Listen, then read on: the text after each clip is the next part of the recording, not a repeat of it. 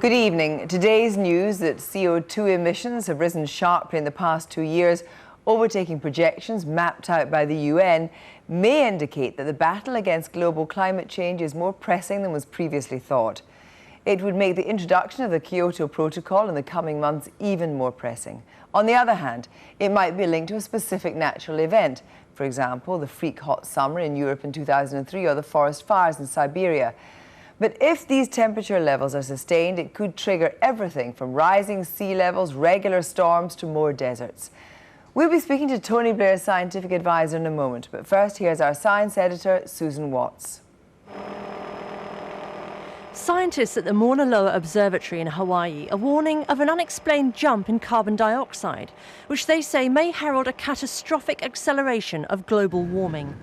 The leap over the past 2 years might prove to be a blip, but if the trend continues even for another 3 years or so, then our planet could be warming far faster than anyone anticipated. We're certainly seeing, in last year's growth rate, we're seeing the effects of climate change on the ability of ecosystems to absorb carbon dioxide. We're certainly seeing that. So to some extent, we see the mechanisms that will be responsible for accelerating global warming in the future. However, last year what happened was that we had a very dry summer. That suppressed the ability of plants to grow, which absorbs carbon dioxide, and also because it was hot, the rate at which carbon dioxide was released from the soil, where the carbon is broken down in the soil and carbon dioxide is released, that increased as well.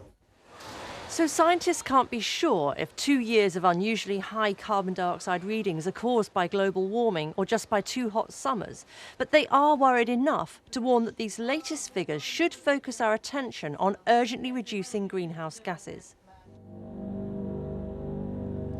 From testing ice deposits, we know that for almost 1,000 years, the level of carbon dioxide in the atmosphere was broadly stable at roughly 280 parts per million. In the mid-19th century, the start of the Industrial Revolution, it began to rise to hit 316 parts per million by 1959, when the Mauna Loa Observatory in Hawaii started recording atmospheric levels directly. Fluctuations from year to year have been a common phenomenon, but the unusually high jumps in the last 2 years are different, because these take the levels to an all-time record of 375 parts per million in 2003. The readings represent 2 of the 5 highest annual jumps ever recorded. They also come consecutively, and uniquely, there's no obvious trigger, such as a volcano or known climate event, to link them back to.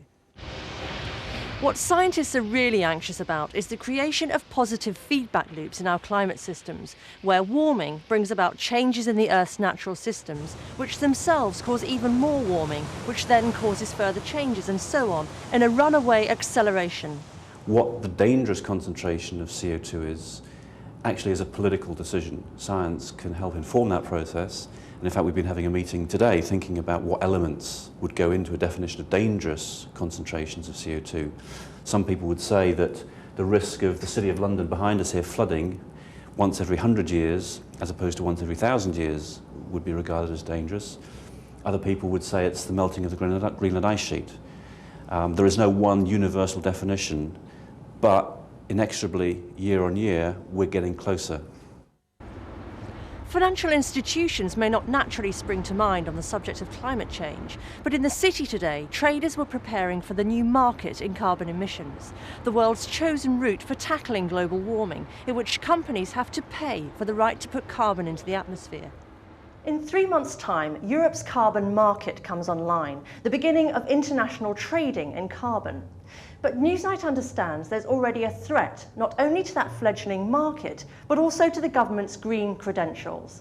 This is because of a clash of priorities between the trade and environment ministries over the amount of carbon dioxide British power companies are allowed to put into the atmosphere.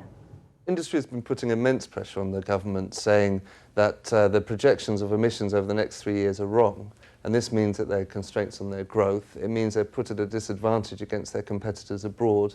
And they may even be saying that power prices will go so high that households and companies will have difficulty paying them. They may even be threatening blackouts. But if the government were to respond to this pressure, then it would be sending out a message that it's stepping back from its role as leader in climate change, and this would be very embarrassing. The UK's allowance on carbon emissions was supposed to be fixed by now, that the trade and environment departments of government should still be tussling over how much different industrial sectors can pollute, and whether to ask the European Commission for Britain to be allowed to emit more carbon suggests a crude last-minute battle. There's three potential outcomes to this. The status quo remains, in which case you may or may not get a decision other than to simply say, well, this is the National Allocation Plan as it stands. They may internally adjust the numbers to try and avoid going back to the European Commission for approval. So that would be the second option. And the third option is they increase the total cap, the total allocation number, and that means they'd have to go back to the European Commission for approval. The subtleties of the carbon market aside, scientists warn against anything that might push up our carbon emissions.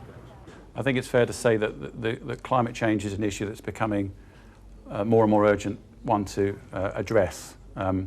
We see that in the records, the temperature records we see, the warming we've seen year on year. We see it because we understand the system better. So there's a good case for working as hard as we possibly can, in all ways we possibly can, to try and reduce the amount of carbon dioxide we emit from human activities. NASA's satellites show the drama of our warming planet in stark reality, most notably in the Arctic. Here, the orange regions are warmer than normal and blue cooler. As we hit the 1980s and run through to 2001, the orange-red of warming dominates, a picture that should focus political minds on the task ahead.